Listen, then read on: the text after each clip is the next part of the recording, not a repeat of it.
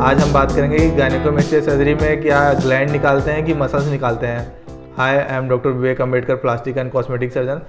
तो काफ़ी पेशेंट की क्वेरी रहती है हमारे पास गायनेकोमेस्टिया की। तो आज हम इसी टॉपिक पे बात करेंगे कि क्या गायनेकोमेस्टिया सर्जरी में मसल्स निकालते हैं कि ग्लैंड निकालते हैं। तो ये जो पेशेंट है हमारे पास काफ़ी दिन पहले फ़ोन किया था इन्होंने, और फिर अभी आज इन्होंने फ़ोन किया कि हमने गायनेकोमेस्टिया सर्जरी करा ली है और करीब ½ kg ग्लैंड निकली है। तो ये इन्होंने फ़ोटोग्राफ हमको भेजा।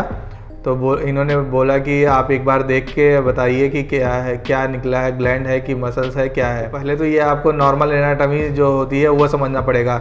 जो होता है पेक्टोरियल, जो चेस्ट के ऊपर जो होता है वो पहले तो स्किन होती है, सबक्यूटेनियस टिश्यू होता है, उसके नीचे फिर मसल्स होती है, पेक्टोरियलिस मेजर मसल, फिर नीचे पेक्टोरियलिस माइनर मसल, जैसा कि आप फोटोग्राफ में देख पा रहे होंगे। तो ऊपर का जो ब्राउनिश और रेडिश जो होता है वो मसल्स होती है। जो मसल्स का कलर होता है ब्राउनिश और रेडिश होता है। तो ये जो मसल्स होती हैं ब्राउन कलर की होती हैं, और जो ग्लैंड होता है वाइटिश होता है, उसके राउंड फाइट होता है। तो ग्लैंड क्या होता है, सुपरफिशियल होता है, उसके नीचे फिर मसल्स होती है। तो ये जो पेशेंट है हमारे पास काफ़ी दिन पहले इन्होंने क्वेरी किया था, आज इन्होंने फ़ोटोग्राफ भेजा। तो इनको क्या बेसिकली हो रहा है, इनको बार बार बोल रहे हैं कि पानी भर जा रहा है, कलेक्शन हो जा रहा है, और जो है वहाँ पे गड्ढा हो गया है। बेसिकली आपको ये आइडेंटिफाई करना पड़ेगा कि मसल और ग्लैंड में डिफरेंस क्या होता है। तो जो मसल्स अगर निकालते हैं तो उसमें ब्लीडिंग भी काफ़ी ज़्यादा होती है और हीमाटोमा और सीरोमा बनने के चांस रहते हैं। तो आप पहले दोनों फोटोग्राफ को कंपेयर करिए, जिसमें ग्लैंड कैसी हो दिखती है और मसल्स कैसा दिखता है। तो आप खुद समझ जाएंगे कि इनकी ये मसल्स है कि ग्लैंड है। ये ग्लैंड नहीं है, क्योंकि ये स्लाइस एकदम लंबी चौड़ी इतनी बड़ी ग्लैंड नहीं होती, क्योंकि ग्लैंड होती है सर्कुलर शेप में रहती है। मसल जो होती है लॉन्ग लेंथ में रहती है। तो मसल क्या ऐसे लंबी रहती है, पेक्टोरियलिस मेजर मसल, तो स्लाइस फॉर्म में नहीं आती है। तो और ग्लैंड का जो होता है वो वाइट कलर की होती है, उसके राउंड फाइट होता है। तो ये इनका भी ये जो है ये मसल्स है, और आप ब्लीडिंग भी देख सकते हैं कि कितनी हैवी ब्लीडिंग हुई है इनको। तो अगर मसल्स काटेंगे तो उसमें परफोरेटर होते हैं, तो ब्लीडिंग भी काफ़ी ज़्यादा होती है।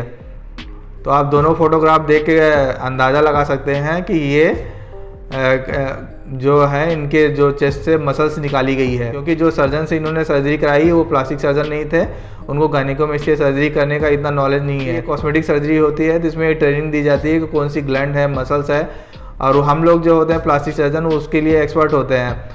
तो आपको ये देखना है कि जो रेगुलरली गायनेकोमेस्टिया सर्जरी या कॉस्मेटिक सर्जरी कर रहे हैं तो उनको ज़्यादा एक्सपीरियंस होता है। अब ये पेशेंट है, ये इन्होंने करा लिया, फ़ोन हमारे पास फ़ोन करते हैं।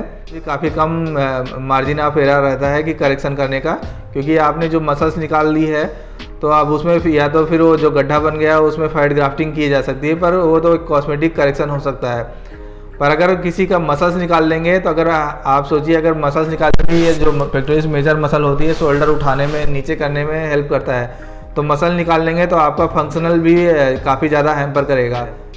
तो पहला क्वेश्चन ये आता है कि अगर मसल्स निकाल दी जाएगी तो क्या समस्या पैदा होगी। क्योंकि सर्जरी के दौरान अगर मसल्स निकालेंगे तो उसमें परफोरेटर होता है। परफोरेटर उसे बोलते हैं जिससे ब्लीडिंग ब्लड वेसल्स होती हैं। अगर उसको निकाल देंगे तो काफ़ी ज़्यादा हैवी ब्लीडिंग होगी। तो आपने फोटोग्राफ में देखा होगा ये जो दोनों सर्जरी है उसमें कितना हैवी ब्लीडिंग होती है, क्योंकि परफोरेटर अगर काटोगे तो उसमें कॉटरी करना पड़ता है, तो उसमें ब्लीडिंग काफ़ी ज़्यादा होती है। तो उसमें हीमाटोमा बनने के चांस काफ़ी ज़्यादा रहते हैं, बनता भी है। और अगर हीमाटोमा बन गया तो उसके बाद सीरोमा बनता है, क्योंकि वो बार बार पानी, ये वही प्रॉब्लम बता रहे हैं कि हमें बार बार पानी भर जा रहा है। तो इनको पहले हीमाटोमा बना, हीमाटोमा के बाद सीरोमा बना।